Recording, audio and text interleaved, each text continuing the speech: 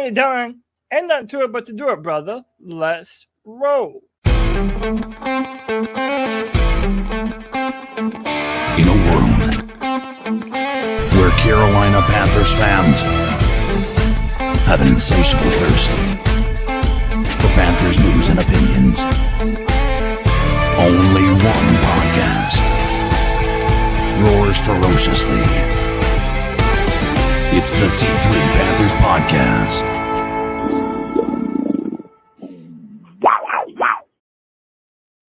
Take a seat in familiar place, Panther fans, as you take a seat on the couch for a C3 therapy show, as the Carolina Panthers have fallen to 0-2 in the preseason, and it's hard for us. It's so hard for us to simply stay calm, simply to not panic. How do we? Just relax, stay calm, don't panic. I'm not sure at this point if I'm ready to press the panic button, folks, but there are a lot of things to talk about, and many of them are unpleasant. It's the C3 Panthers Post Game show. The Carolina Panthers fall to the New York. They've lost to both New York teams now, and really have let up something like 48 points through the first 6 quarters of preseason football, and they only scored 3 points in those 6 quarters as well. My name's Tony Dunn. It's the C3 Panthers Post Game show, and I'm always here with my best buds, Cody Lashney, my wheel man. Not the best of terms here. I got to say that I don't know what's more stressful, the Panthers start to the 2023 preseason or a Friday free-for-all. Oh, dude, it's a Friday free-for-all, hands down, bro. I've been doing it every Friday for 113 Fridays now. Wow. Yeah, that's right. I've been keeping track. But listen, man, it started out rough. It started to get a little better. Some players started to turn it on. But I'm going to be real with you. Ickey Ekwonu, your time is ticking, partner. Just like Greg has his hills that he's dying on. I'm just saying, bro, I've been the originator of this idea that maybe Brady Christensen and Ickey Ekwonu need to switch positions. But hey, don't jump on my back just yet. It's a long season. It's only preseason. And Tony Dunn, right now we're being joined by the best damn Panther fans in all of YouTube, damn it. Our guys Drew, Anthony, Diane Breed, Eugene Sutherland, Josh, KT, Lance Kubiak, Lawrence Trevette, Leo Factor 1, Muscles Marinara Paisan, what's up, brother? New Daddy-O, Roosevelt Mongo, Supreme Lita Z, Tim Stallings, and that boy White Chocolate Espresso. Tony Dunn, it's a post-game show. Ain't nothing to it but to do it, brother. Let's roll. The number's 252-228-5098. That's 252-228-5098. We're going to take some calls tonight. We're going to go and see how the night takes us. We just did 3 hours on the post-game show, and it was watch a lot along. of the Friday freeze-all. Yeah, now we're on the. So we're going to this might not be the most extensive post-game show in the history of the C3 Panthers podcast, but we're here for you guys, the fans. Smash the thumbs up button, subscribe. We're just one of you. Hop on the couch. Tell us how concerned you are. I want to hear what you think. When is it time to panic? Are you panicked? Is this just a preseason? And how do the Carolina Panthers get better? That's really what we need to be starting to focus on. What can this team do to get better? CK, the voice that makes a voice, good to be back with you. Not the most happiest of terms as a Carolina Panther fan, but it's always fun to hang out with the fellas. Yeah, no, listen, and I understand the need to be optimistic. I'm a big fan of that approach, and many people are saying just chill out. It's the preseason. My only concern right now is our team looks bad, and they are going to be bad until they aren't. That's just the reality of it, right? We can we're not saying press the panic button. Let's hop off of the Panthers train and get off on the next stop. But it's okay to say what we've seen from this team has been bad, worse than every other team from what we can tell. Like every team in the NFL, if you look at highlights, until the last half of this game. Like, it's been positives all the way around, right? Some things to improve on, but it just felt like this team was the worst of the bunch. So until we aren't bad, we are. You got to accept that, and then just hope that they change it before the season begins, or at least before it gets too far into the season. Every super villain seems to be a fallen superhero. Greg has become the villain of the C3 Panthers podcast. Greg, we're 0-2. CK's right. We're bad. The team's bad. You're absolutely right. And I'll go ahead and tell you right now, villains are not wrong. The best villains in the world are not wrong. They just go about things the wrong way, like how to get there the wrong way. But they're not wrong in what they're saying. And I'll say this to everybody. Spoken like a true villain. Huh? Spoken like a true villain. Exactly. You're not wrong. You're just wrong about the way you're going about things. And I'll say this to everybody who doubts me, because I have a huge following of people that agree with me. That's what I do. I drink and I know things. That's all I'm saying. I drink That's and I what know he things. does. Yeah. That's what he does. All right. Let's jump into the show. I am going to give a shout out to our sponsors because we need you to help our sponsors. Go to calderalab.com/C3 twice a day. Facial treatment for men. Men, care about yourselves. Look, it really made my skin a lot better. That's a free ad read. But look, if you want us to get us bigger as a podcast, if you want to find something to be happy about more than the Carolina Panthers, we got to get this podcast popping, folks. We need your help. Smash the thumbs, subscribe, call in at 252-228, hit the share, and get in those comments, folks. Maybe even get your skin looking good and looking young, because right now I got some wrinkles after this game. I'm going to have to put that serum on, Cody. Cody, I'm going to start off with this question. What's wrong with the Panthers? Right now, what's wrong with the Panthers is a lot of vanilla play calling from offense and defense. I believe on offense, the offensive line is still questionable, man. It still looks a little suspect. We're not creating dependable holes running the football. Run blocking continues to be an issue for this offensive line. And when it comes to pass protection, look, we'll get into the long-term left tackle discussion at some point, and especially over the course of the season.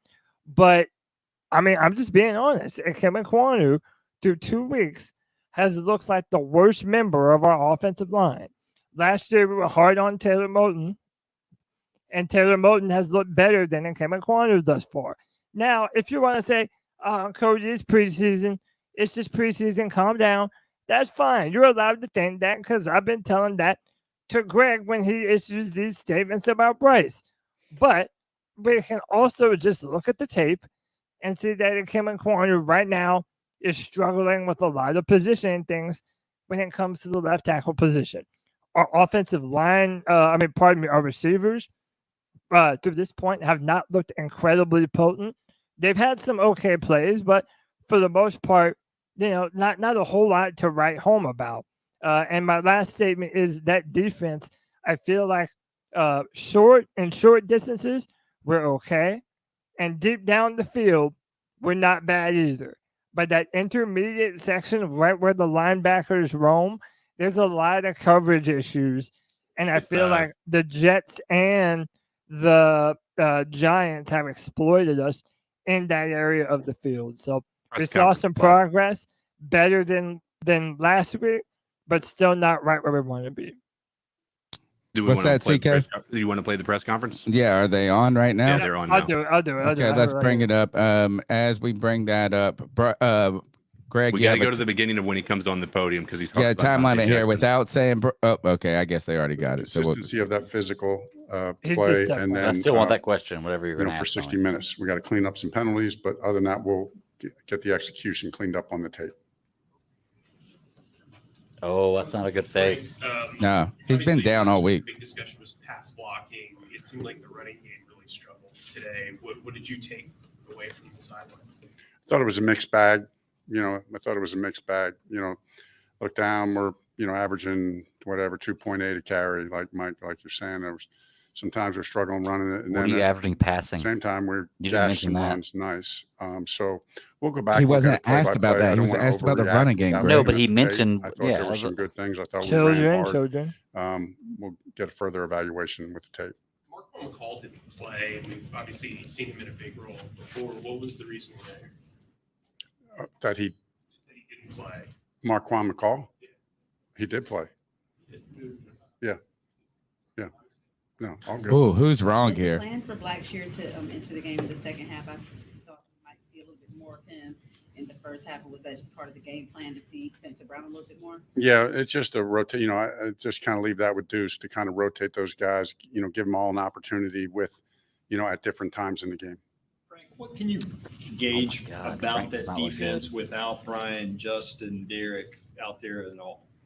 Obviously those are three good players that we didn't play, but there's still a lot of good things that we can look at. Obviously, they had a couple nice drives. Obviously that's a good football team, right? That's a good football team. So we'll learn from it. We still evaluate a lot of the individual play. Look forward to getting all of our guys out there, but still we're responsible, right? That happens during the season. You lose guys for a series, a game, something like that. So we got to figure out ways to play winning football, even when our star players aren't in there. That first drive that Jones put together against your starters, what did you see there, and kind of was there a common thread from that to last week against the Jets? I just thought, they executed on a very high level in that first drive. I mean, it was a good play calling, good execution. I thought Jones looked sharp. I thought they kept us on our heels a little bit. So it was a good first drive by them. Frank, a lot was made of just the vanilla play calling in the first game. The by plan to a degree. What'd you think of the play calling this game? Yeah, I thought it was better. I thought, we did a little bit more. We still didn't do a ton, but we did some more. We did some more stuff. We had a few plays, had an opportunity for a few more. I thought Thomas did a great job calling the second half. Happy with his development there. He's really sharp guy now. He's super sharp, and thought he did a great job in the second half when he had an opportunity. In the interest of me not assuming, the goal I assume was to be vanilla again, like just because it's preseason. No, I wouldn't say we were that. I mean, that didn't feel like that to me. Like I said, did we do everything that we do? No.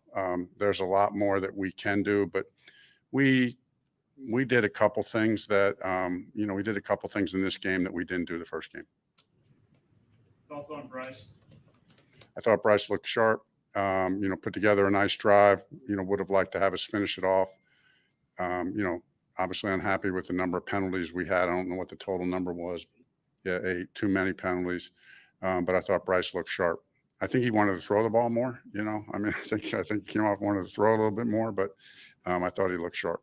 There was one play where they blitzed and he picked it up and hit Mingo for 15. Is that just a good read? Yeah, it was a good read. And I think he was seeing it really well. They did blitz a few times. I think, we'll see the film, but I think we made the right protection call every time. I just felt like he was comfortable and poised in the pocket and seeing what he was supposed to see. There was one play where Thibodeau got by Ickey and hit the quarterback. Was that miscoverage or miscommunication or fine? Yeah, I have to go back and look at it. I see that flash in my mind, but I don't remember it verbatim. Chandler's all finally got some time today. How'd you feel he played today? Yeah, I'm excited to look at the tape. He had a good week of practice.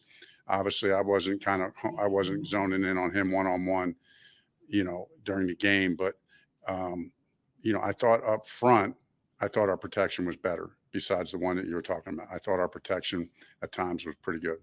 Frank, Raekwon Williams and LeBron Ray are two guys we haven't really talked about. They got a lot of playing time in this one and had some plays. What did you see from them? Yeah, I mean, I think we like them. They've kind of come in recently, Mike, like you said, and, have made a good impression. And so, we'll look at the tape, grade this out, but they've made a good impression since they've been here. They have another, we all have another week to kind of prove, have a chance to make this roster. You challenged Sam Franklin at the beginning of camp to kind of step up. How's the progression gone? Sam's been a pro, really happy with the way he's playing, approaching practice, just showing good leadership. And then when he gets out there and he's playing on defense, making plays, making us feel his presence out there. So very happy with Sam this whole training camp. We'll do two more questions. Just looking forward, will Bryce play game 3, and will any other big names will or will not play? I'm not going to say anything 100% sure. Right now, the plan is for everybody to get ready to play. And the plan's for everybody to get ready to play. We'll see how we come out of this game injury-wise. We'll talk about it as a coaching staff, and see what do we need to accomplish. If I feel like we need to accomplish something as a coaching staff, if we feel like there's things we need to accomplish in one more preseason game, then we'll play the guys that need to be in there for that. If I feel like we're ready, then we won't play those guys. Okay, thank you. All right, that is Frank Reich, head coach for the Carolina Panthers after we don't need to get rid of this guy. Let's go, whoever that guy is. Head coach for the Carolina Panthers, new head coach, addressing the media after the second preseason loss.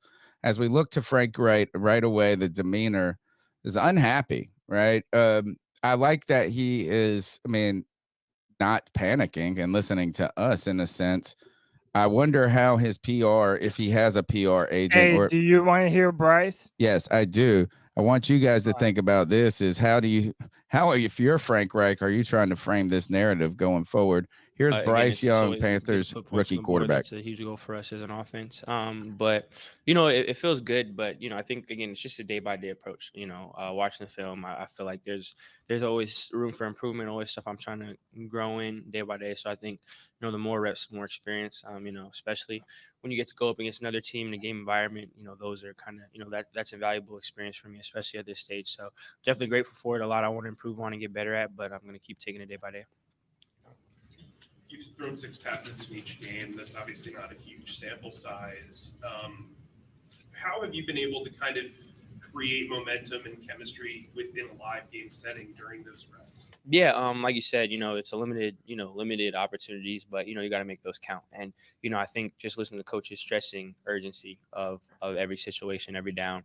Again, you get a limited amount of reps in the preseason, but you have to make them count. And because of that, there's a lot of emphasis, a lot of strain to be the best we can. And we understand again. We're trying to be perfect, and you're never going to get there. And we understand at the end of the day, like you said, it's been a limited amount of passes, but we try to treat those passes like it's the last one we're going to get. Especially in the preseason since it's so limited. So just kind of having that sense of urgency is something that we're really trying to stress. Where do you feel like you took your largest leap between last week to this week? Yeah, I think just communication-wise as a unit, we did a couple of different things communication-wise, and I think for the most part we handled that well.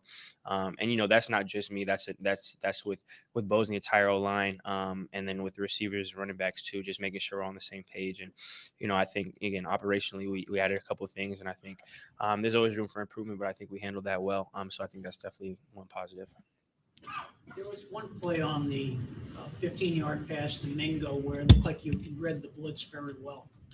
Yeah, that's just credit to the coaches preparing us. We were kind of in the in between type of week. It wasn't a game plan week.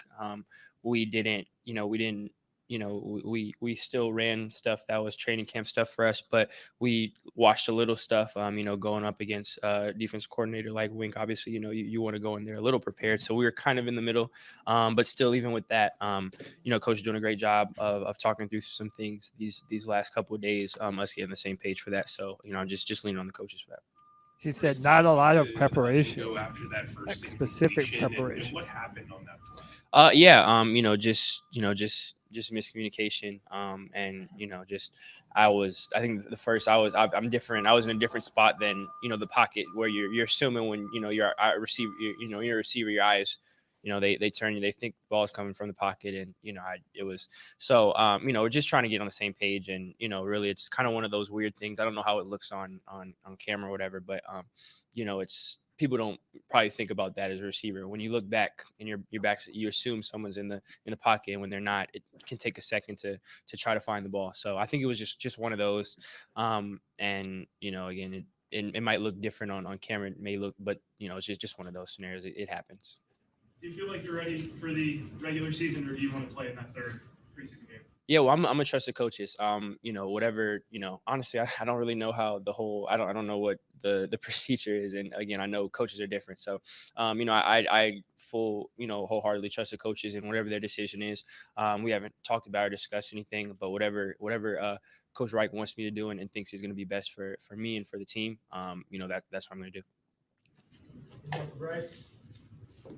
Appreciate you guys. All right, that's Bryce Young, the Panthers rookie quarterback after his second preseason performance, and the team has not been good at this moment. I will commend, and I know, look, I will mute you, Greg, if you could jump in too quick on this. He says that's the answers you say, right? I wish he would have said a touchdown answer. No, is Bryce Young. Even he was asked a couple of things. He was asked about the mango moment where he and he was able to deflect, I think, any negativity away from Mango, right? Like you didn't even hear his name. And I assume they're talking about the play where Mango held up, right? He didn't even say it was a miscommunication. So that was like, he's looking out for his boys there.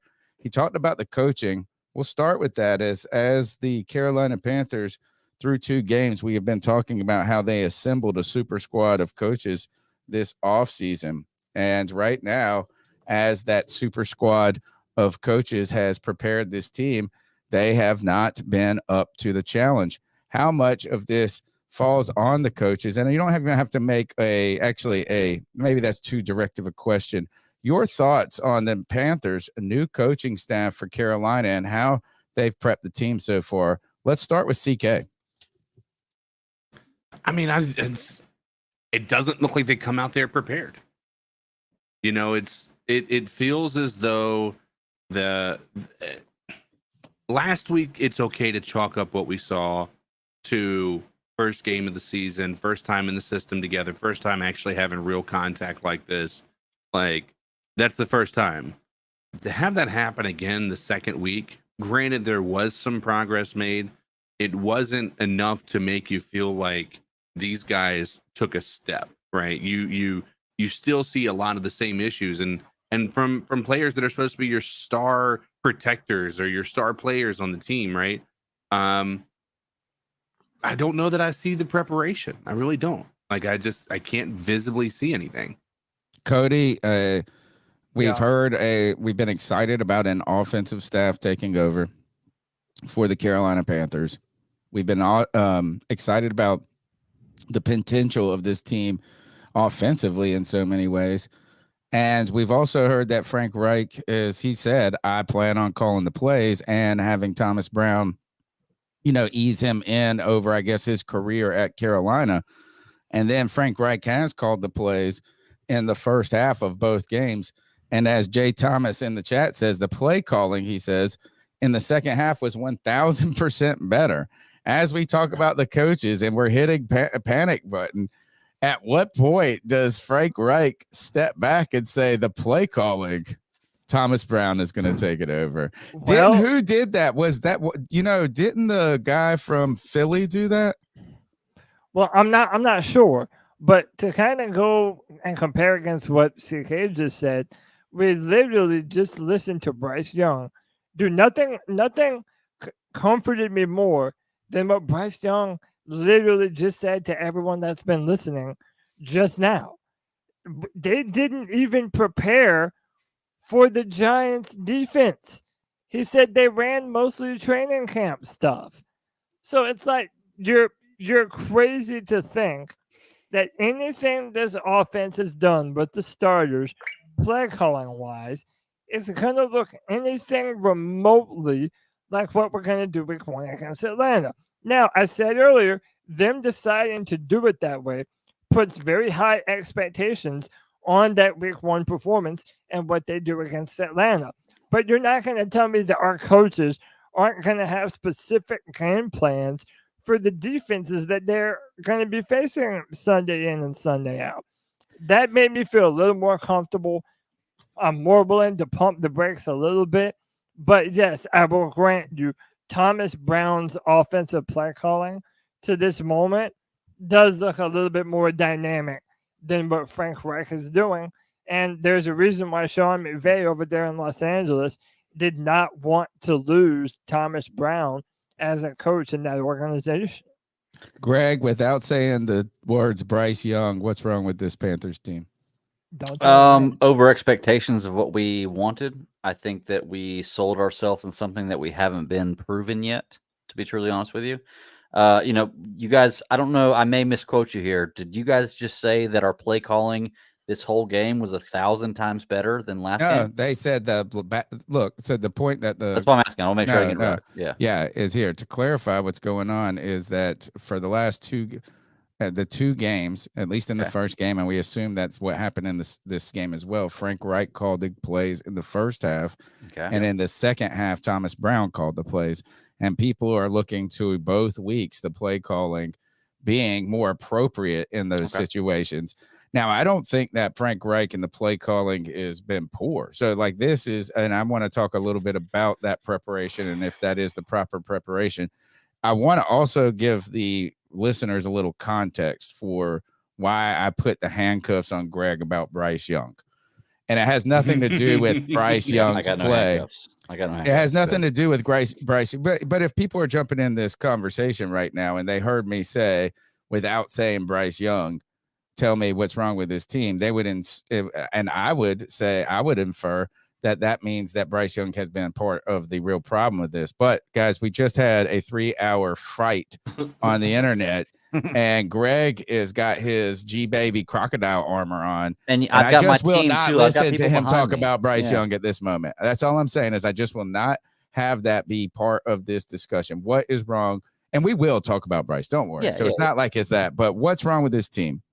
I think that we over expected what we were going to have this year based on the personnel we put on the field. Not just Bryce Young, but all the personnel we put on the field. I think that we're getting punched in the mouth because once again, what I say all the time that people call me a fucking narcissist or whatever for, I don't give a shit for, Stop that I know you didn't say it, but is that you don't play in the preseason and in training camp like you do in the regular season. So if you think that what you're getting in the preseason and training camp is what you're going to get in the regular season, you're going to get punched in the fucking mouth. And we're getting punched in the mouth in the preseason, which means we way under expected what this league was really like. We over anticipated what our team talent was. What did we? Well, how about the fact that we've given up almost 30 points a game for the last 2 games? How about the fact that we put up 6 points in the last 2 weeks? Like we way overestimated our talent and way underestimated what the guys we were playing would be. That's our big issue right now. Not only is not all of our defensive starters playing, but the fact that you refuse to take into account that the play calling and how we are calling the offense, but by admittance of Bryce Young and Frank Reich and Thomas Brown, out of 3 men's mouth, they have said that this is not the play calling that they're going to have week one. That they are holding it so that way Atlanta and New Orleans can take nothing away from what we're doing. Dumbest shit I've ever heard. Dumbest shit I've ever heard. You have to factor that in to this preseason performance. No hyperbole. Hold on, real quick. This is a one-for-one example of what the Panthers team is capable of doing right now. No, real quick. That's a bullshit excuse. That is bullshit excuse. You know why? Because 75% of everybody's offense is the exact same goddamn thing. Everything. 75% of people's defense is the exact same thing. You have about 25% of your plays on offense and defense that are different from other teams. And guess what? You think they're different, but they may be close to the same. Okay, because not everybody's the same. You can only do so many things. All right.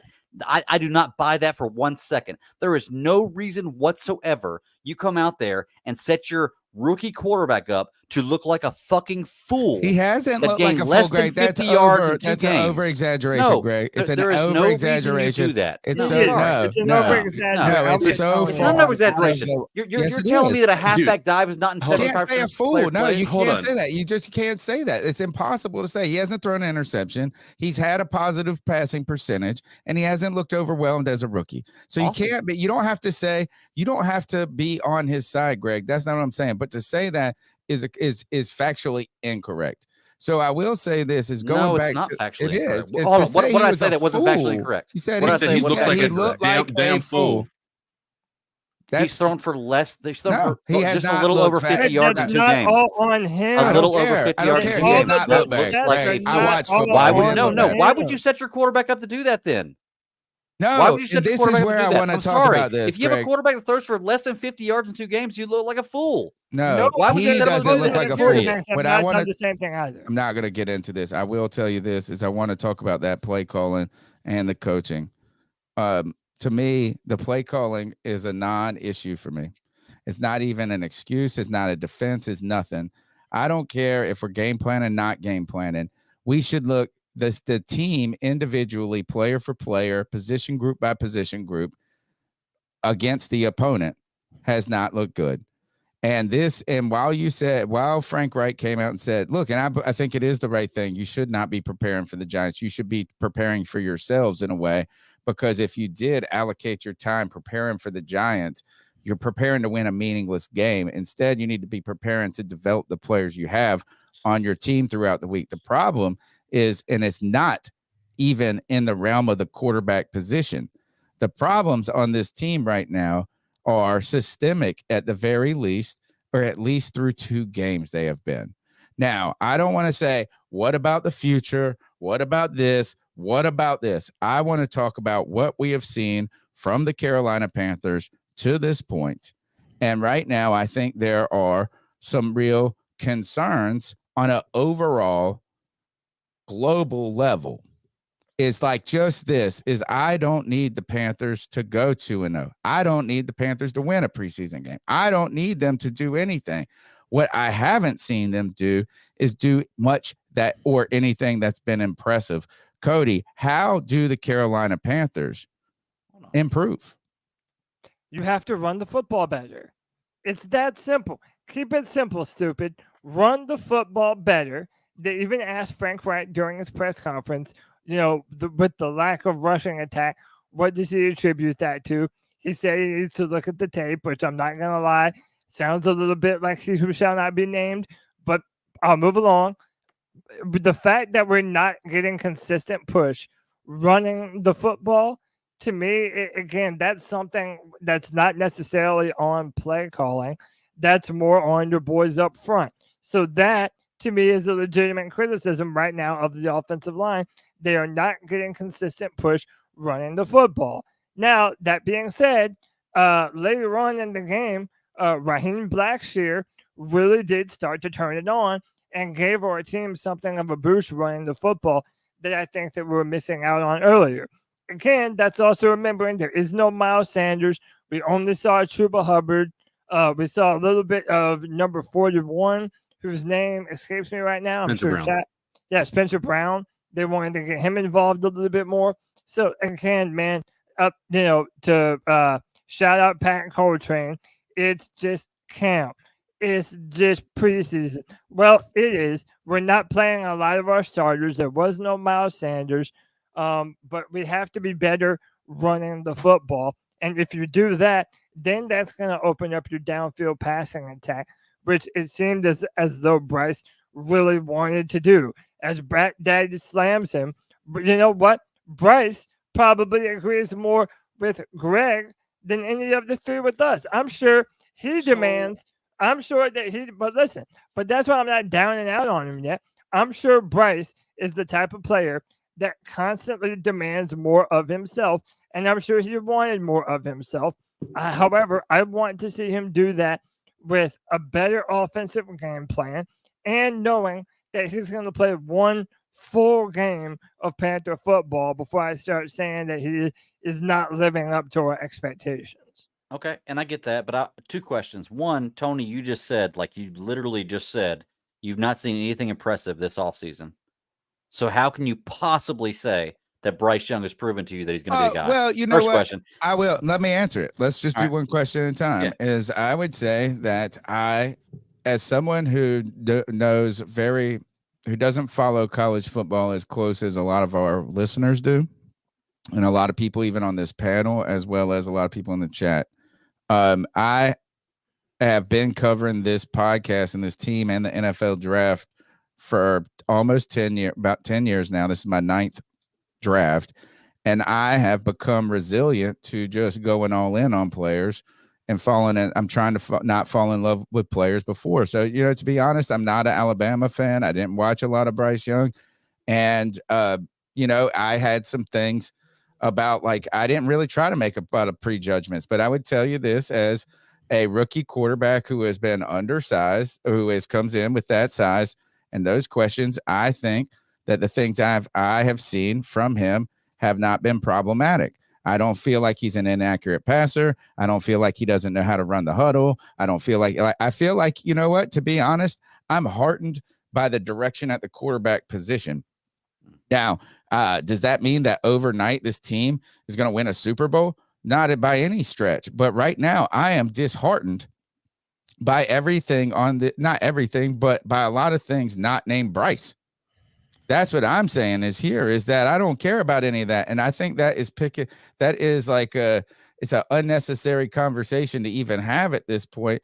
My question, or what I'm just disheartened about, is just I thought this team would be, and this is a guy who, by the way, who said I'd be okay with a 7-10 season. Like, I could see a positive silver lining in a 7-10 season. And, like, I wasn't the person that told you that we need to go in and be significantly above 500. I just thought this team would look better than this. And that's what I'm saying on a holistic level. I thought the real concerns would be on the def. I just don't right now have a lot of I'm not saying we're not going to win anything, but boy, this team is just getting bullied. And to me, the story is not the quarterbacks, not the wide receivers, not even the corners. It's the trenches at this point. It's like just not winning the line of scrimmage. And I don't care who you are. You cannot consistently lose the line of scrimmage on both sides of the ball in the same game and win. Yeah. Okay. Yeah, 100%. Real quick. I wanted to shout out Jay Thomas with the 499 love bomb. He says, I say by week 4, if we don't catch momentum, I'll start to panic. And that's why I said week 4. Yep. What week would each of you draw the line at? I'll be very quick. I have said multiple times throughout the years on this podcast that I don't believe the good teams actually separate themselves from the bunch until after week 6 of the NFL season. And that was before they added a game. So maybe even week 6, week 7 is if we're still looking terrible through that point in the season. Yeah, they could theoretically turn it around at that point. But if we're not seeing any progress through 6 weeks, and that would be a brutal 2.5 month run right there, or damn near 2 months. That's going to be a tough pill for everyone to swallow. Well, let me ask my second question here. And this is a question for all the panel right here. And this, I want you to really sit down and think about this, okay? So if because I say week 4, I'm giving y'all to week 4. I need to see something from Bryce that makes me feel like he's the guy of the future between now and week 4. Okay. I don't feel like that's a short window. I feel like that's a good for drafting the number 1 quarterback, the guys we traded for him to get. I think that's a reasonable request. Week 4, I need to see something that shows me he's there. Now, if you were in the same position, okay, and I was talking about this in the previous show, and people are going to hate me for it, but I don't care. Baker Mayfield had the same fucking college season that Bryce Young did in his best year, okay? So if Bryce Young can't put up with the same offensive line and a better wide receiving core, the numbers that Bryce Young, that Baker Mayfield did last year, what do we say then? Are we saying he's a bust? It's an irrelevant conversation to have, Greg. It's not irrelevant. It's not irrelevant. It's only irrelevant if you don't want to talk about it. It's not irrelevant. It's too if and buts. Yeah, we're not to that it's point too yet. far down the road to think about that. I'll talk to y'all week 4 then, because that's because if I can't bring up similar comparisons to show why this could be wrong, and y'all are going to downplay it like it's nothing, then I have no argument. Well, it's also not because y'all are just going to ignore everything in the past and only look for the future. But you also ignore everything in the past too, right, Greg? I'm not ignoring everything in the past. Really? What about Peyton Manning? His first Peyton year Manning's in the first NFL? year was garbage. Exactly. So you So can't even Baker use Mayfield everything better. this year and be able to utilize that as a reason to. And these are things that these are just what ifs. It's too hypothetical. Let's talk about what we've seen to this point. The number is 252-228-5098. That's 252-228-5098. Let's talk about the defensive side of the ball. The Panthers moved the ball a little bit better on offense, so we couldn't just always say that it was just the defense being tired.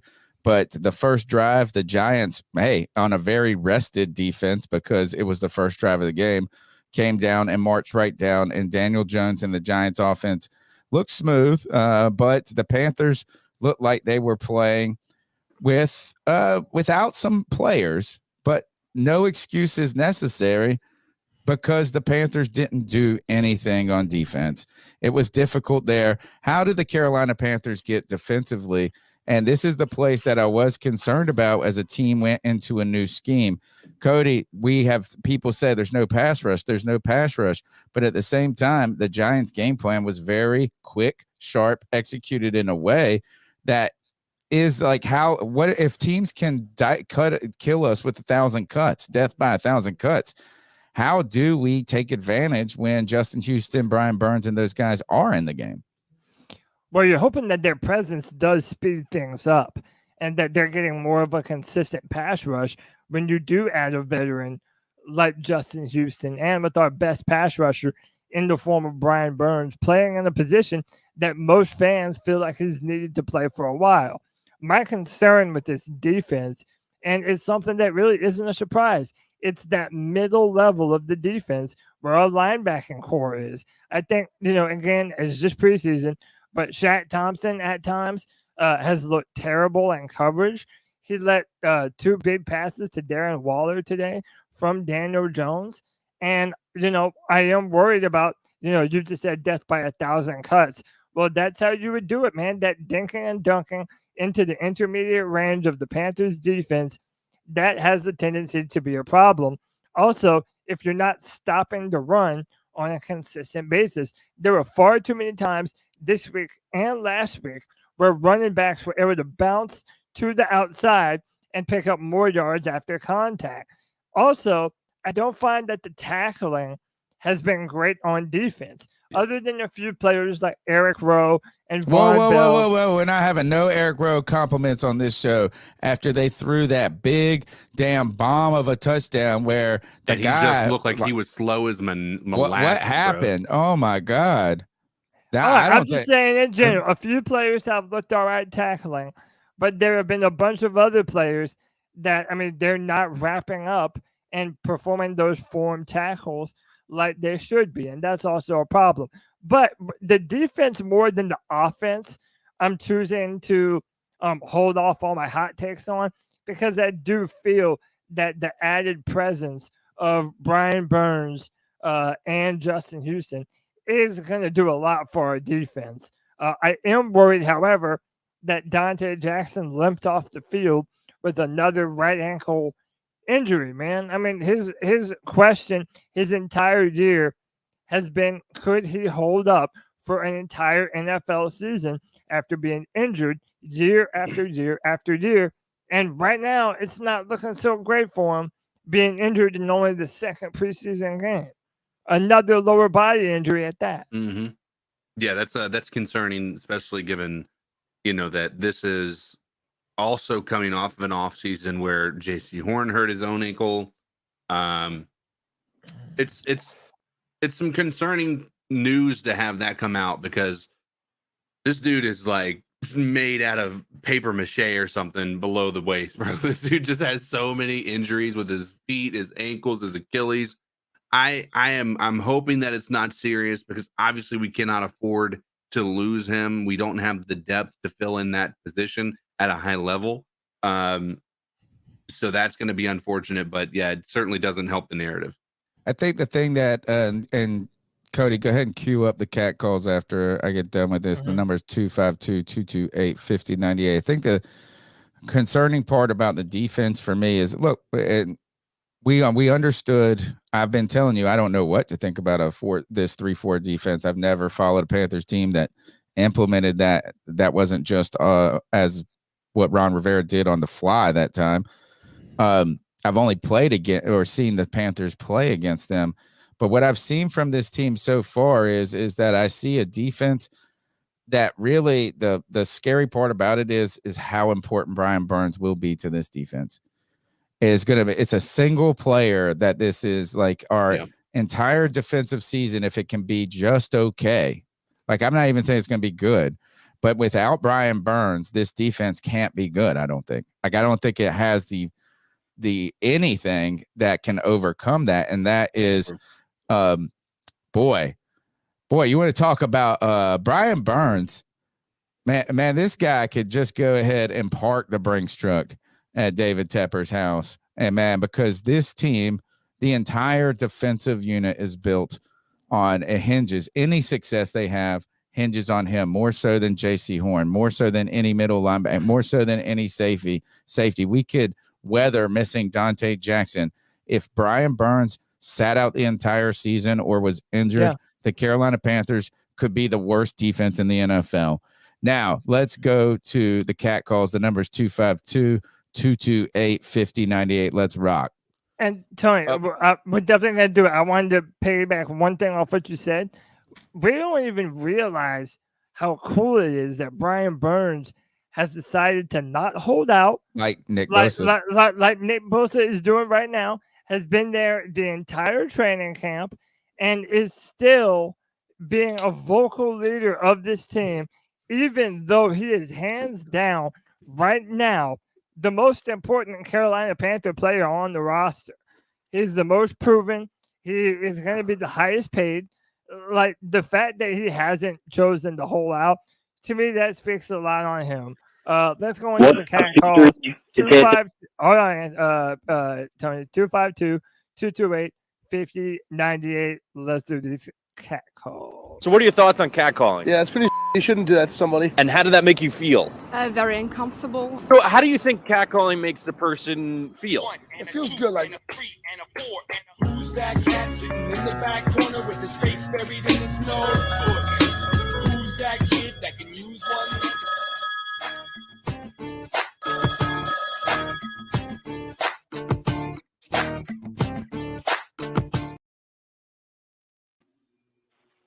What's up, C3? It's Anthony from Charlotte.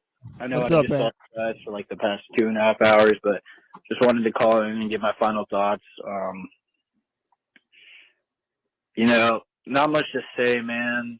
Just embarrassing. I know it's just preseason, but man, this offensive line needs to hold up. I know everyone's saying, well, it's just preseason, but I don't know if coaching is going to get these offensive linemen to stop getting their ass on the train. That he needs to be the left guard and Brady needs to be the tackle. Like, I know they want big maulers at tackles, but if you're not nimble enough to move and block, then what's the point of a big ass mauler? Just take the guy like Brady Christensen who specializes in pass protection and Ickey Ekwonu who specializes in run blocking. So there's that. I know Greg's not going to agree with this, but I thought Bryce Young played fine. I mean, there were a couple, the Mingo throw, it looked like Mingo stopped running. He's just not getting enough opportunity, man.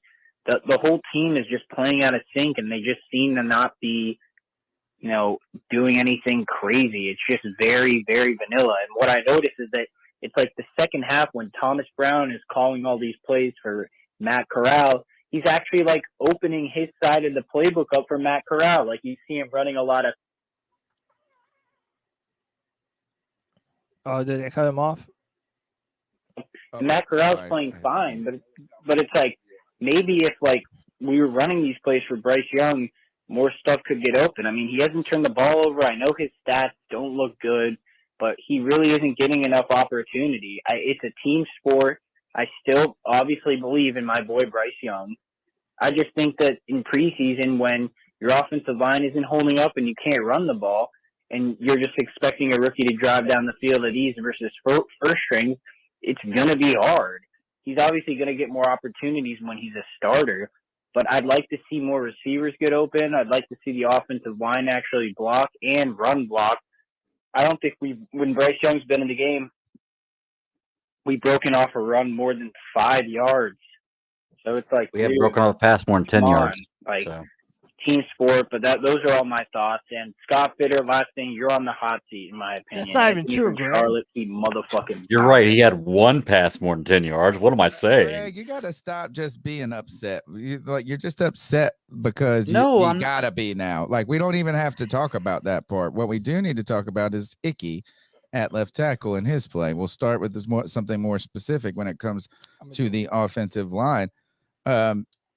2 games into his second season, and Ickey Ekwonu is experiencing a sophomore slump, it appears. Last week, beaten. This week, mentally beaten. Mistakes. Today, I will say this, and I am not with you guys. I think that you guys who are like T. Thompson in the chat who says moving Ickey to left guard, but because and Brady Christensen to left tackle will help both the run and the pass games. I think there's a merit to that position.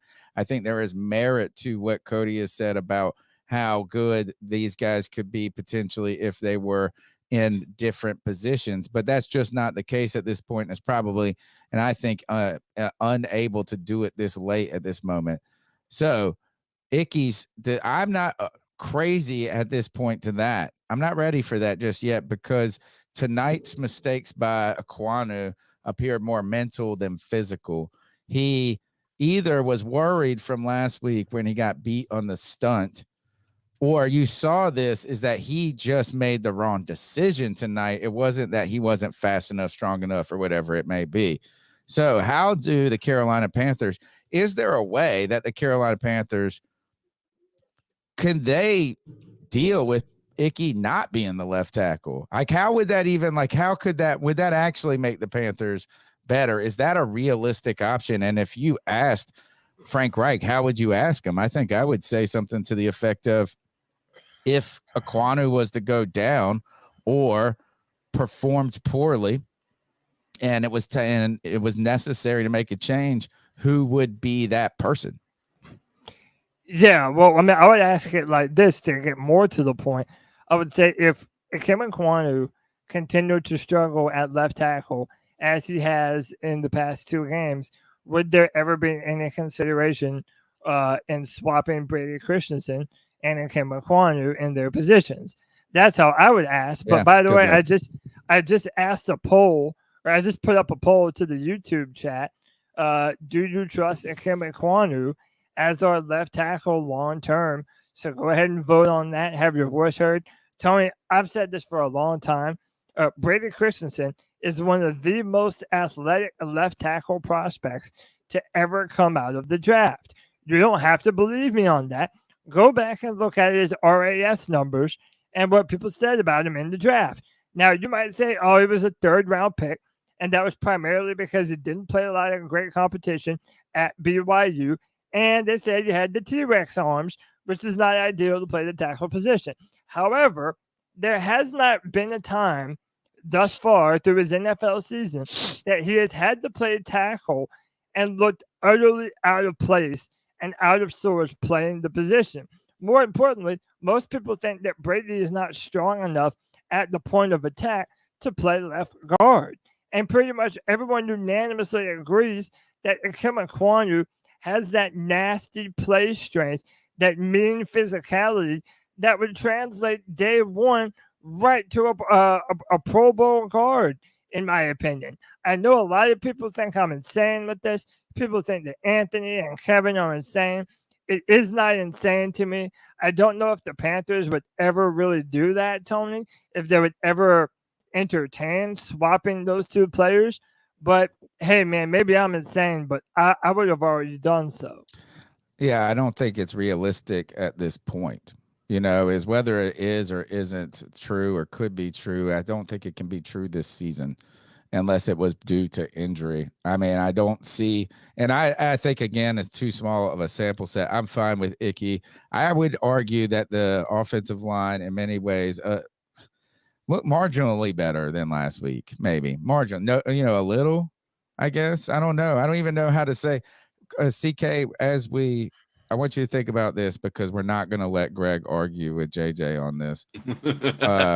Think about this as I play this call is where did you see any improvement or did you see any improvement on this team from week 1 to week 2? Here's JJ. What's up, C3? It's JJ calling in real quick. I'm going to make this shit short, sweet, and simple. Greg, get off my quarterback's balls. All right, it is just a preseason. Let your quarterback do something I'ma worth need getting me off you his balls, and I'll do it. To just completely hop off, get off. All right, let him prove himself. You said till week 4. This shouldn't be a reoccurring theme that you always trying to harp him or all this other bullshit. Nah, always won't saying talk to some week 4 then. outrageous stuff. Where did this team look better? We'll start with Greg then. Where did this team look better from week 1 to week 2? Or was there any place that this team as a team looked better from last Saturday? I would say our defense looked better only simply because they allowed less points. Okay. So by that simple fact right there, the defense must have looked better. So I will say that. CK? I don't think any of the players looked any better, to be honest with you. Our offense looked no better. We put up next to nothing until there were no player, until there were 3rd and 4th string players in there playing. We put next to nothing up. So our defense looked better. That's about it. And not much better, but a little better. Our 3rd string offense. Okay.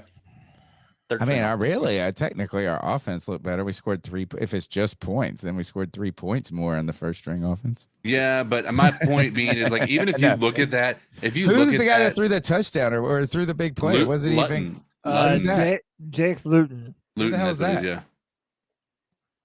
He's the guy that we signed right before training. Back together Sunday or Saturday, yeah. You know what? Just because Greg is on one tonight, Tony, I am not going to be scared away from talking about Bryce Young. And in fact, my answer is Bryce Young in spite of Greg. And the reason why is I think what was on display with Bryce tonight, and this is what people that were afraid of him being undersized kind of failed to factor in. This dude is elusive. There were a couple plays tonight in which Bryce Young was able to make someone miss like a clown car, man, like a circus act. No one was able to get their hands on him. He was able to keep his eyes upfield and maneuver around that pocket, man. Once these receivers basically understand the art of the scramble drill, and once they know that, hey, if your quarterback is running around back there, you need to adjust your route to get open to give him something downfield. Once our receivers do that, our ability to make plays happen from the outside of the pocket, to me, that says that we have the potential to do a lot of nice things on offense this year. And I do want to credit Bryce for that elusiveness that he does have. And I did see more from him this performance than the last one. So I'm going to say Bryce, in spite of the Lord Bat Daddy and his red lightsaber. Well, he did have like 10 more yards this game. So yeah, he did do better. So here is the thing: is I don't care about any of the numbers. I don't care about what if it could have been or would have been. I watched a player who's played his 2nd game in the NFL, who the Carolina Panthers have invested their future in, right? And that is Bryce Young. And I would say that all the things, the reasons that we were told that he would be drafted and should be drafted, I've seen a lot of those to this point. I've seen him with good decision making. I've seen him at the very minimum not make poor decisions in bad circumstances, right? If you look at this, is that while I am a fan, I think Anthony Richardson has looked very good in this offseason. I was high on him anyway. I was excited about that. I have a type. He falls into that type. I saw him make his very first play of his first NFL preseason game be a pick, and it was poor mechanics. There was a lot of things, but you know what? I wouldn't even hang up on him at this. I am one of the few people that said he had a good preseason debut in so many ways, but under pressure, Bryce Young hasn't fumbled the ball. He hasn't thrown picks. He hasn't made poor decisions. Yeah. And certainly could we want the whole team and we want the points to look better and this and that. I have no concerns. Zero. I have zero concerns about Bryce Young as the Panthers right now. There are no red flags for me. There are no red flags. Now, at the same time, there are a lot of red flags about this team and as a whole that continue to be hard to ignore. And that's the thing is whether or not it's the preseason. It's just the preseason. It's like, look, we're going to cheer for this team. We're going to do the post game every game after this, probably. And what we're really realizing is that this team, our hopes, our expectations, we were on cloud 9. They were too high. We felt like the Tampa Bay Bucks did for the last 10 years before they got Tom Brady. They were always hype in May, June, and July, and then they were never hype during the season. So I hope that that's not what we fall prey to. JJ, who's on the phone, who just was on the phone, I thought made a good point in the Friday free-for-all, is that we look like a team that retooled every single thing in one offseason. And you retooled the coaching staff, you retooled the roster, you retooled the schemes, you retooled everything, right? There is very little, if anything, that is the same from last year on this team, even the players who were on this team. You can't even say, look, Jeremy Chin ain't doing the same thing. None of this. So there are some bumps in the road and we can expect that. The problem that this is just sad to me is that with the players that we have, that we're not just a little bit better at that point, and we haven't performed better. I'm not ready to throw out the season. I'm not ready to do any of that. It's just like, dang, is like, imagine if you had a scrimmage game and you were your kid's coach of your kid's scrimmage game. Do you really want to get blown out? I felt like this team, they wanted to win. They wanted to look better in this game, and they didn't. And that's concerning. Frank Reich throughout the week has looked concerned about the state of the offensive line. When they asked him about the injuries, right? You got Cade Mays who was hurt. So I think these guys are trying to figure it out, and they're running into injury and problems and this and that. I don't think Frank Reich looks very happy about today's performance. And what should he be? No, he shouldn't. I think is authentic and genuine concern about the current preparedness of this team. Yeah, but Tony, again, I have a problem with that too. I mean, like I said to Greg earlier, we have now heard from 3 people, and Bryce Young said explicitly in his press conference that they did no specific preparation for the Giants defense. No, but I mean like preparedness of technique, a preparedness of not prepared schematically against your opponent. I mean, this is that if you just didn't look as polished on your own end as you should have. Right. Yeah, and that's Cody. 75% of your plays, like I said, are the same for every damn team. So if you're in the preseason, you don't need to prep for a team. You could run 75% of your plays, outs, post routes, everything. You can run 75% of your plays and be the exact same as every team and not show anything. That is a bullshit excuse to me. From a coach. I mean, it's really not. I mean, it's really not though. I mean, if you're again, you're considering a vanilla offense and a vanilla defense, but you're also talking about what goes into an offensive meeting when they are making up the game plan of attack before they go into the game. Part of their technique depends on the plays that they intend to be running. They are preparing for those specific game plan plays. They didn't do any of that last week or this week. So again, like that's overcomplicating it to me, though. That's over, and I don't think this is poor. Like at this point, what you're saying is, and I agree with you in some ways, is like right now it's hard to evaluate the coaching from one component, and that angle, that component is their preparation and what they can give you from a week-to-week basis. But right now, the concerns are have we come out of this camp as strong with the group of guys, no matter how deficient they are in talent or problems and obstacle?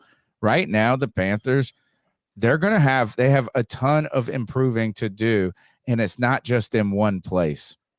It's not just one place. CK, if there is one place they need to improve most, I don't know if it's so hard for me to pick it out at this point. I thought last week it was so easy just to say the offensive line, just the offensive line.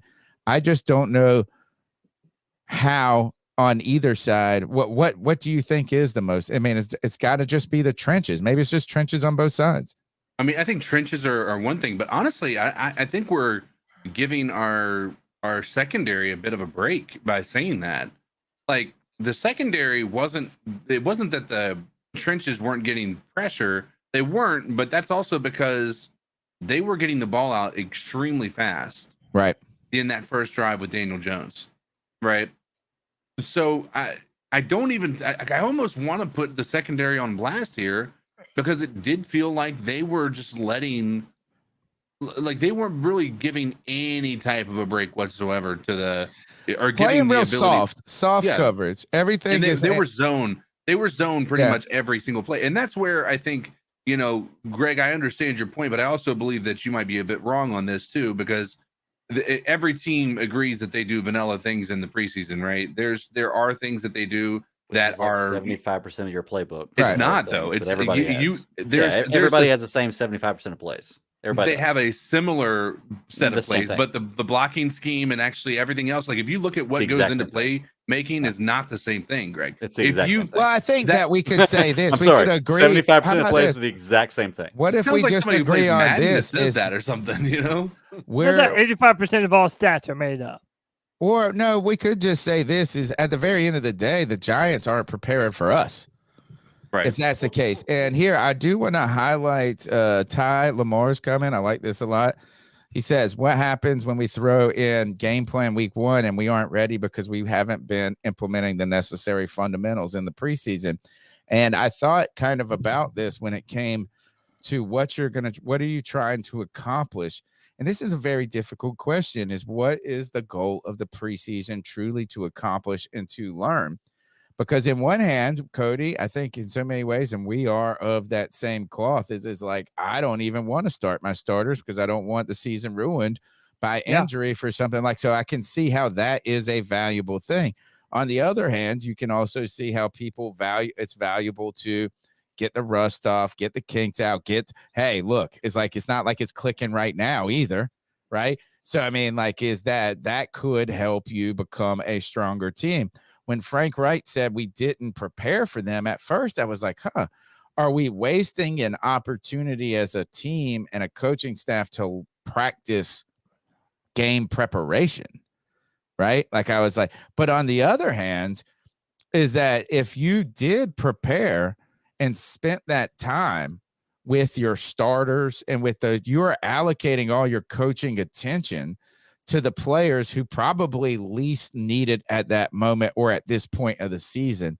So right now, I want to ask you in light of his comment, what do the Panthers really want to learn in this preseason, regardless of the outcomes? I mean, we all want it to look better. We all want the Panthers smoking everybody. We want Bryce Young throwing 4 touchdowns. We want guys sacking everywhere. Hey, I think we got to give some kudos to Amari Barno. But what is the goal of this new coaching staff, or not the goal in general? Maybe that's too philosophical. What do you want them to learn or do in the next week before we play? Who do we finish with? The Lions. And don't we always, what happened to playing the Steelers every year?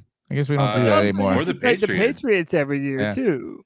So what does this team, what do they want to do, learn, and accomplish? We'll take one more call after you quickly, all three of, or anybody who wants to answer that. We don't have to do everybody. Yeah, no, I'll go real quick. I'll just say tackling form, tackle, wrap up. There is no reason for a running back to be hit by one of our linebackers or one of our safeties, only for their running back to bounce off them and get more yards after contact. Wrap them up the first time you hit them. That's fundamental football. And whenever we don't play fundamental football, nothing pisses me off more, man. All right. The number is 252-228-5098. I like what Jay Thomas said. Isn't it the most important part of the preseason? Finding out who you're cutting, who you're keeping, who is on the bubble. The problem is the bubble looks really big at this point. I would never play any of my. I don't care how much fans bitched and moaned. I would never play the starters. I would use all 4 of those quarters to determine my depth going into the season, so that my coaches and front office can make the proper evaluation, and we're also not putting our player in harm's way. That's what I would. I would almost hire an entirely secondary staff to just take the starters off and do like paper workshops with them, and then you only work with all the other people, and you kind of come and supervise it. Let's go to the next goal. What's up, C3? It's Levi, aka Raleigh Panther, calling in tonight. Man, I got a good laugh out of Tony's comment about Brian Burns backing up the Brinks truck, because you're right, man. I mean, he's played his cards perfectly up until this point.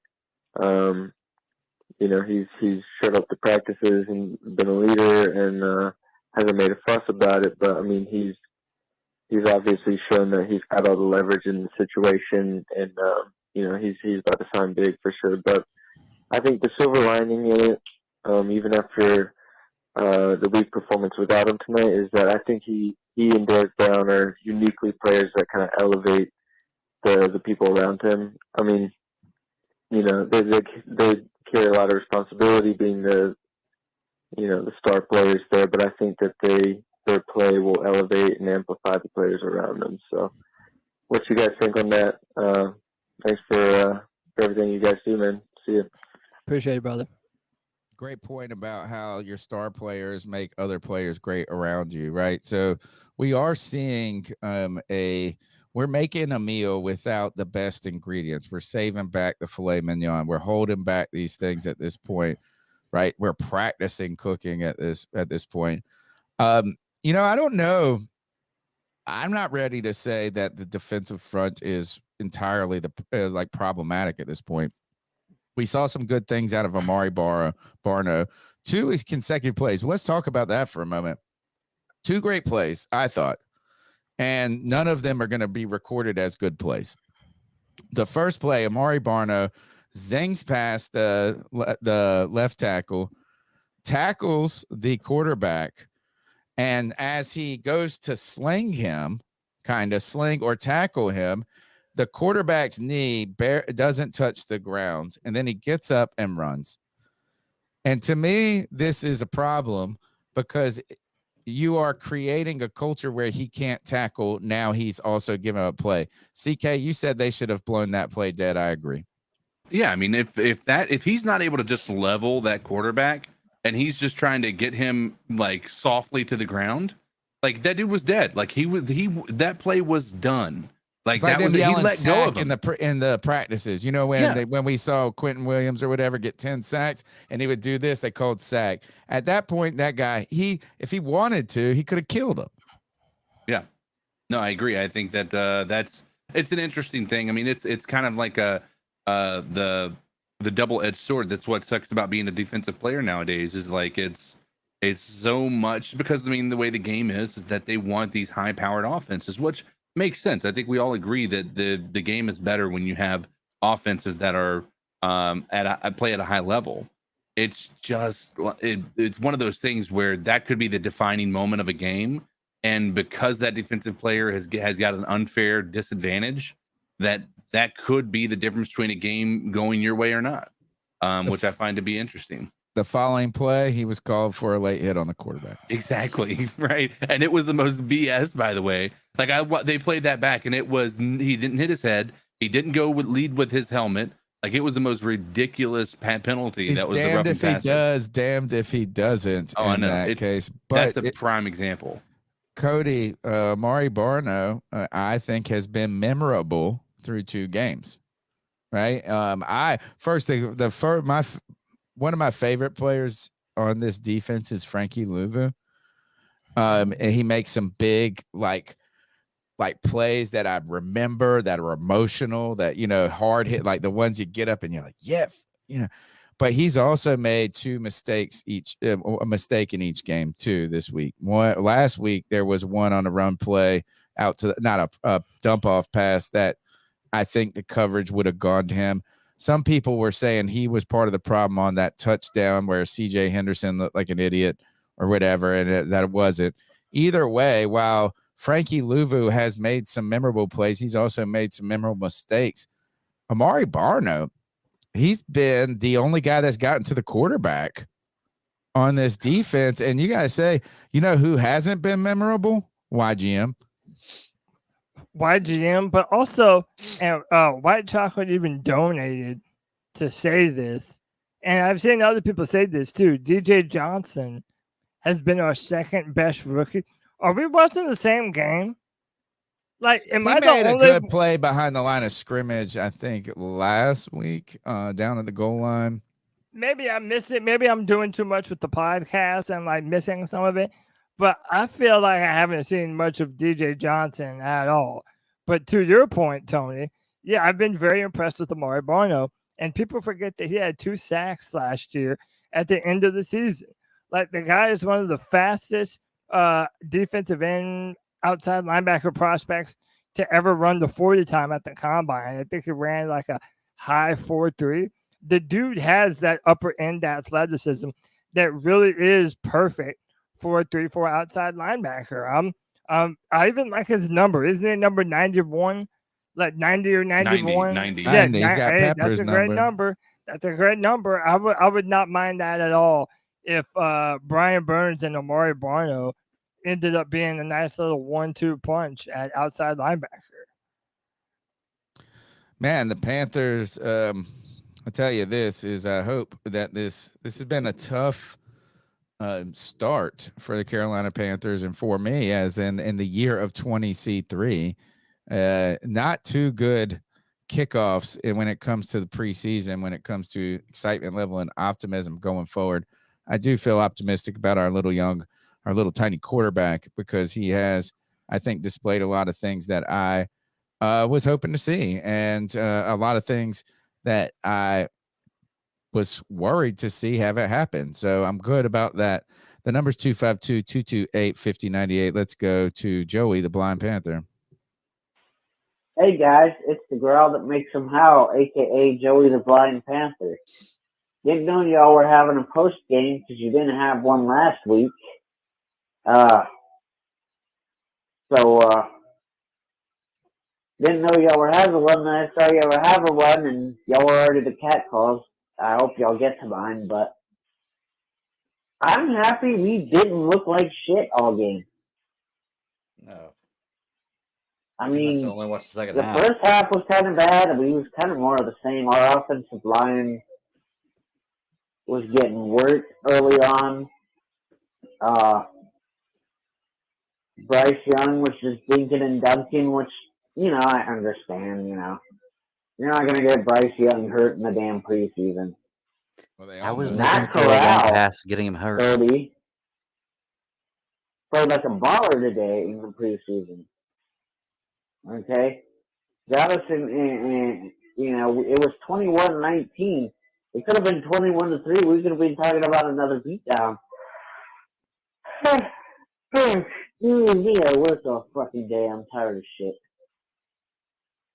But, yeah, I think we did great. I think we got what we wanted out of this game, which is progress. You can't complain about that. Anyway, guys.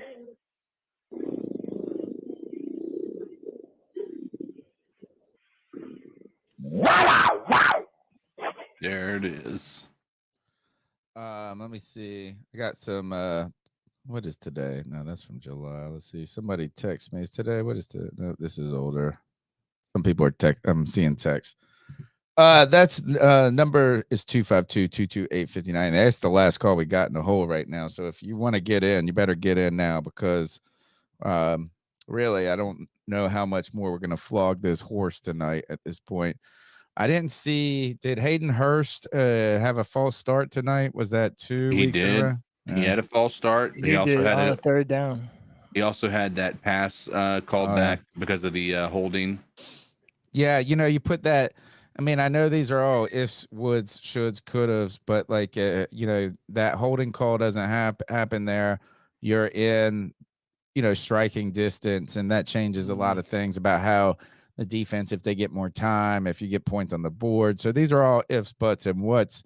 I think right now the question continues to go back is, are the horses we have in the stable strong enough horses to really run down the stretch? And right now, and I know every team in the league faces this, is that your entire season is so dependent on the healthiness of their starting group of people that are so important. But the fact of the matter is that NFL seasons that incur injury, and every season, every team who does well either has like one of those years where it just seems like everybody stays healthy, like the Carolina Panthers were in 2015 for the most part, right down to the wire. It felt like maybe one injury that brought in somebody that was actually better in Jared Allen. But that also the teams that you're going to face that no matter what. And so it is finding ways to overcome those challenges and those adversities. And right now, look, none of these games matter and the score, but what they do matter is what they tell us about the Carolina Panthers. And right now, what we talked about is there was a real concern on this offensive line, because not only are people sitting here talking about should Ickey be guard or left tackle, which I think is, again, like a little too late and too far at the same time for this team, is that where there's a real issue when it comes to the depth of this offensive line. Because if Ickey doesn't work out, if Brady Christensen doesn't play well, if Bozeman doesn't play well, we already got this giant hole at right guard that's very difficult to fill at this point. Let's talk about Zavala. Did he? He did have a penalty. I think he was the hold. Was he the hold on the Hayden Hurst play? Zavala was the hold on that. Yeah. So, I mean, that's first game experience for that rookie, who is a fourth round pick, fifth, sixth, somewhere in there. Arguably, I would say, other than that, is I can't remember him just looking out of his league. So maybe that's a good thing, is Zavala came to play. Yeah, we didn't see I don't think our offensive line took a step backwards, which I think is a positive. I think it took a step forward. I think that it wasn't a massive one. So there's still hope to be guarded from that. So yeah, I mean, I think Zavala stepping in there could be a piece to why this might be solidified. And even that Ickey play, like, I mean, I know we're shitting on Ickey between his production from last week and this week, but like a lot of the things that are happening with him are going to be fixable. Like, I agree with that 100. Yeah, those are fixable. I'm not panicking on Ickey at his position. Yeah. That's not what I'm worried about is at this point, because the mistakes I saw today from Ickey were mental. Yeah. And they weren't what many people have concerns is the problem that he's just not suited to be to do well in pass protection, and that he's really just this great mauler, and you're almost missing the opportunity for him to be that mauler. I don't think that that's where we're at, or even really that close, but I think there is merit to what Cody and them have talked about in those positional strengths right there. The Carolina Panthers fall in their second preseason game. It's the C3 Panthers Post Game show. We appreciate you guys tuning in and hanging out with us. The number's 252-228-5098. Just a few minutes left to get your calls in. We appreciate your time, your support. The number's, well, I already said that. Please smash the thumbs up button. Subscribe. Consider being a C3 super fan. For just $1.99 a month, you can continue to help us grow the longest running Panthers podcast. But the easiest way to help us grow that costs no money is to share the show. Put it on Facebook, put it on X.com, formerly known as Twitter, put it on Reddit, or wherever you hang out and talk the Panthers. Tell a friend, be a friend, tell a friend, phone a friend. Cody, I don't really have a ton much more to say about this team at this point. I guess there's one preseason game left. And then how many weeks we have? Next week is a game. Is there an off week after that and then we play? I don't think we play before Labor Day, right? Or Memorial Day, whatever it is. Memorial Day, right? Which one's coming up? The game that I'm going to is on the 19th. That's the second game, so I'm assuming 7 days, or no, pardon me, 8 days prior will be the 11th. So I believe September 11th. Yeah, that's our first game of the season. So I'm not sure entirely how much time that is, but hey, football is around the corner, damn it. Eventually, we're going to be able to stop arguing about whether or not it's preseason, mishaps, or if this is something to genuinely be concerned about. Football is right around the corner. I'm pumped. I hope everyone else is pumped. Tonight, we got back up to 185 viewers. Man, we appreciate having y'all back, man. Panther season is back in full force, man. We love having y'all. And we got that's Kev. about it for me, man. Kev called in. Let's get my bastard son. Yo, it's White Chocolate. Do we have to? Listen, I'm gonna defend Greg here, the bad daddy. You gotta look at it this way, man. We traded a lot to get him. DJ Moore, some first round picks. We traded up to get this dude, and he has not done anything spectacular. He's not done anything out of the ordinary of a normal starting quarterback. To me, I think Matt Corral has actually played better in the preseason than Bryce Young has. So yeah, I mean, I'm not on that level of, I still think I still vote for him week one. I still think he's going to go out there and do his shit week one. I think he's going to be great. I think he's going to have a really great rookie year. I don't think he's going to set records his rookie year, but I think he's going to have a really great rookie year. As far as Mingo goes, I mean, I've heard the hype that he's going to come out, he's going to ball, but right now he's competing with wide receiver 3, which is an early second round pick, and I have a kind of a problem with that because Cam Smith was right there for us to take, and he's been balling out for the Dolphins. The cornerback, he has been balling, and that's something we desperately need. He is a dog, and like Dante, I don't think he's hurt that bad, but he is hurt. And the other corners on the team, I don't really trust besides Horn. So I'm hoping to see more of Mingo. I'm not saying I hate your pick. I just want to see more, and I haven't really seen anything. Same with Bryce Young. He had a good play today. One good play today. I still think we should find somebody defensive end. I don't trust anybody on defense of line, but besides Burns and Brown, that's it. But, those are my thoughts. Second preseason game, nothing to worry about. Well, there's something to worry about, but wait, freak out. Wait till week 1 to freak out. Those are my thoughts. Peace. I love this comment from Kristen Ledane. Excuse me, I almost said Delane. Kristen Ledane says there are inconsistencies in all areas on our team, and with new coaches, I'm not surprised. Just going to stay positive and patient. Keep pounding. It's right now we have no choice but to be patient and to recognize too that the hype, that a lot of this has been created by us. Right, is that if you think about this, and this is where I think, and this is kind of the handicap of Greg's position in many ways, is Greg's fundamental argument is that we oversold somebody to him. And that it's been underwhelming. And that I think what many ways is like us, so many people confidently were like 10 games, 11 games, but and this is the season for that, right? It is the season for you to be optimistic, positive. If you are going to go 17-0, it starts with the fans on day 1 of the draft or whatever, right? But is the reality is that the NFL is difficult. The Carolina Panthers have a completely new coaching staff and are going to be different. And this, while we hope that the ascendancy to success is swift, is that it will not come without challenge and adversity.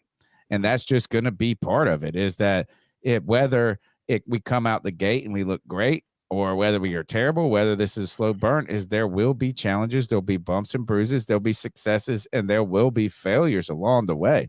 That's just a reality. I have been underwhelmed. I think I've been listening to y'all too much. But I actually don't think that we're this bad.